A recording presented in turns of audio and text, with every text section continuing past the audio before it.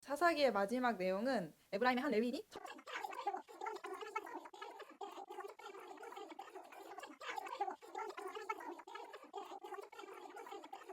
베냐민 지파는 왜 악한 일을 저지른 불량배들을 옹호했을까요? 세원자매 언니 있잖아요. 네. 언니랑 약간 이제 좀 안 좋을 때 언니가 부탁하면 솔직히 마음이 어때요? 하고 싶지 않죠. 베냐민 사람들도 좀 그러지 않았을까라는 생각을 좀 해보게 되는 것 같아요. 또 이제 사사기 지금까지 이제 묵상하면서 이방 민족들과 이스라엘 간의 전쟁이 많았는데 사사들이 계속해서 그 전쟁들을 인도하는데 이스라엘의 12지파가 다 같이 참전했다는 기록이 생각보다 많이 없는 거를 볼 수 있어요. 너는 왜 알았냐? 왜 니네 혼자 다 싸워서 공을 다 가져가냐? 이런 얘기들을 하잖아요.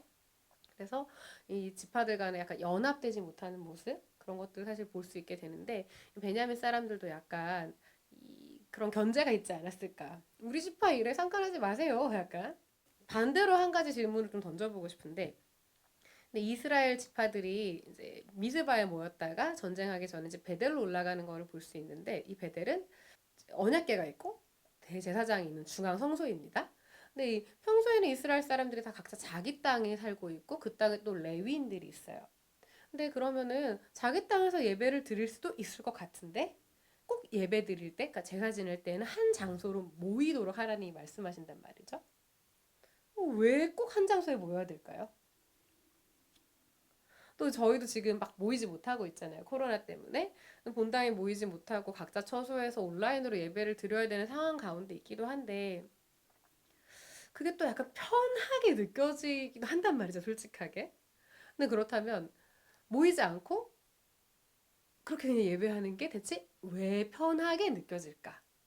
레위인의 첩의 죽음이라는 끔찍한 사건으로 이제 이스라엘이 모이게 되기는 하지만 이 부분을 묵상하면서 오히려 공동체의 연합과 예배에 대해서도 한번 묵상해 볼 수 있으면 좋을 것 같습니다.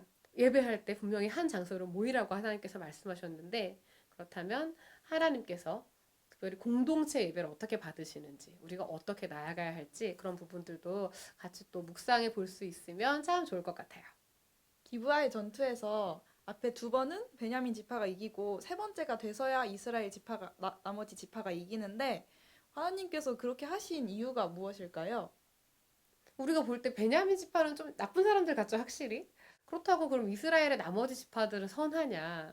그렇지만도 않은 것 같아요. 똑같이 이제 자기 소견에 옳은 대로 행하는 건 마찬가지인데, 근데 이제 이스라엘 자손 스스로는 아마 이 베냐민을 이제 베냐민과 싸움을 앞두고서 이제 자신들을 통해서 하나님께서 베냐민을 심판하실 거라고 믿어 의심치 않았을 것 같아요. 그러니까 이제 전쟁이 이렇게 나갔겠죠. 근데 막상 전쟁을 하니까 져요. 2만 2천 명이 죽고 이제 전쟁이 지게 되는데 여기에서 이제 첫 번째 전투를 지고 베들로 다시 올라갔을 때 이제 이스라엘 자손이 고백하는 게 내가 다시 나아가서 내 형제 베냐민 자손과 싸우리이까. 여기에서 그 전에는 형제라는 표현이 없는데 여기는 이제 형제라는 표현이 돌아오는 거죠. 눈이 회복되는 거예요. 형제로 다시 보이기 시작하는 건 거죠. 근데 한 번 더 져요, 전투에서. 한 번 더 지고 세 번째 됐을 때 모든 백성이 다시 울면서 금식하고 제사를 지내고 주님께 우리가 베냐민과 싸우리까 말리까 우리 형제와 싸우리까 말리까 여쭤보는데 여기에서 이제 이스라엘 백성의 3단계 태도 변화를 볼 수 있다는 생각이 좀 들었습니다. 처음에는 이제 자기들이 심판해야 한다고 생각했던 이 베냐민을 통해서 이스라엘 백성이 철저하게 깨지는 거죠. 근데 그러면서 사실은 이 정죄하던 그런 마음에서 형제를 향한 애통하는 마음, 그리고 형제를 사랑하는 마음, 형제 회복을 원하는 마음으로 이들의 태도와 이들의 마음이 좀 회복되고 변화되는 그런 과정들이 아니었을까 그런 것들을 좀 보게 됐고 하나님이 바로 그거를 기대하셨던 게 아닐까 자기 의가 죽고 하나님의 의를 드러낼 수 있는 그런 과정으로 주신 것이 아닐까 사사기를 읽고 해원자매는 좀 어땠어요? 저는 혼란 그 자체라는 생각이 들었어요. 이스라엘이나 베냐민이나 도대체 왜 저러나 싶은 행동들이 많았는데 한편으로는 율법을 지키려는 것 같으면서도 한편으로는 형제를 향한 사랑이나 자비가 전혀 없는 모습을 보면서 그게 바로 종교인의 모습이구나라는 생각이 들더라고요. 그래서 종교인인 이스라엘, 왕이 없는 이스라엘은 바로 망할 수밖에 없게 되는구나라는 생각이 들었어요.